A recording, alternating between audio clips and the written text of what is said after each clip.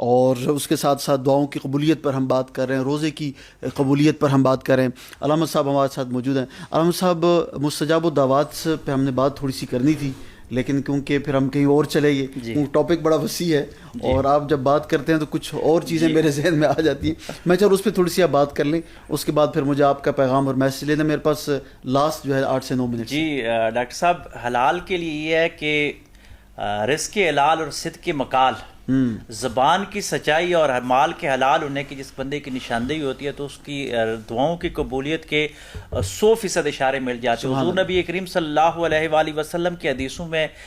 ایک سے زائد مقامات پر یہ آیا کہ جس بندے کے مال میں حلال نہیں ہے تو اس کی دعا قبول نہیں ہوتی بلکہ رد کر دی جاتی ہے۔ تو معلوم یہ ہوا کہ ہمیں دعا کی جو قبولیت کے لیے شرط ہے اس میں حلال کی کمائی ضروری ہے کہ ہم لقمہ حلال کھا کر صدق مقال کہتے ہوئے پھر دعا فرمائیں۔ اور اس کے ساتھ جڑی ہوئی ایک بات کہ مسجدوں میں بھی ہماری دعائیں قبول نہیں ہوتی، اپنے قبیل کی طرف بھی جو بات آئے اس کو کہنا چاہیے، اور اس وقت سوسائٹی میں بڑی ضرورت ہے۔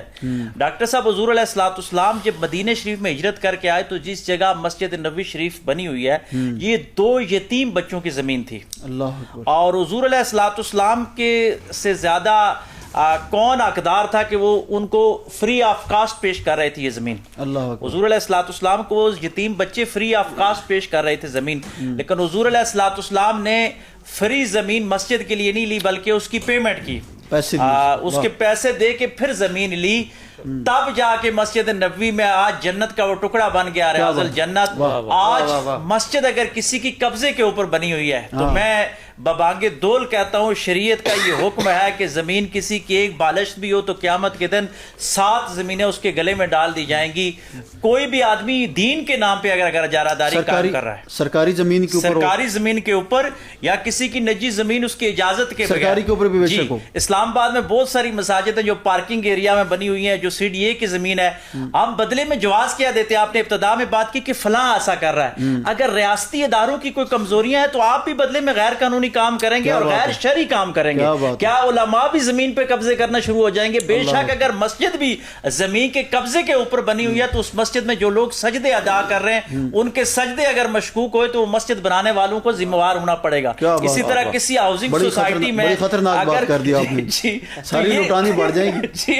ڈاکٹر صاحب یہ باتیں ہماری سوسائٹی میں بہت زیادہ ضروری ہو گئی ہیں کہ ہم نے اگر ایک فلائی ریاست کی طرف جانا ہے اور ایک اسلامی فلائی سوسائٹی کا نظام رکھنا ہے پاکستان میں تو ہمیں سب سے پہلے مذہبی لوگوں کو آگے آنا ہوگا اور اپنے آپ کو احتساب کے لیے پیش کرنا ہوگا، پھر یہ حلال کی کمائی ہوگی۔ میں ایک لطیف بات پھر یہ کہنا چاہتا ہوں کہ ایک جگہ ایک ہاؤسنگ سوسائٹی ہے پنڈی میں، اس کی نماز پڑھی تو ایک بندے نے کہا جی مسجد بڑی خوبصورت ہے، تو وہاں پہ ایک اور آدمی نے کہا کہ یہ مسجد بنانے والے نے کتنے غریبوں کے گھر اجاڑے ہیں اور اس کے بعد چھوٹی سی مسجد بنا دی ہے۔ تو کیا لوگ مسجد بنانے کے بعد یہ بھول جاتے ہیں کہ لوگوں کے جو انہوں نے حقوق غصب کیے ہوئے ہیں وہ معاف ہو جائیں گے؟ ایسا کبھی بھی نہیں ہوتا، دعائیں اسی وقت قبول ہوں گی۔ آپ چھوٹی مسجد بنائیں لیکن حلال کی بنائیں، آپ تھوڑا کمائیں حلال کا کمائیں۔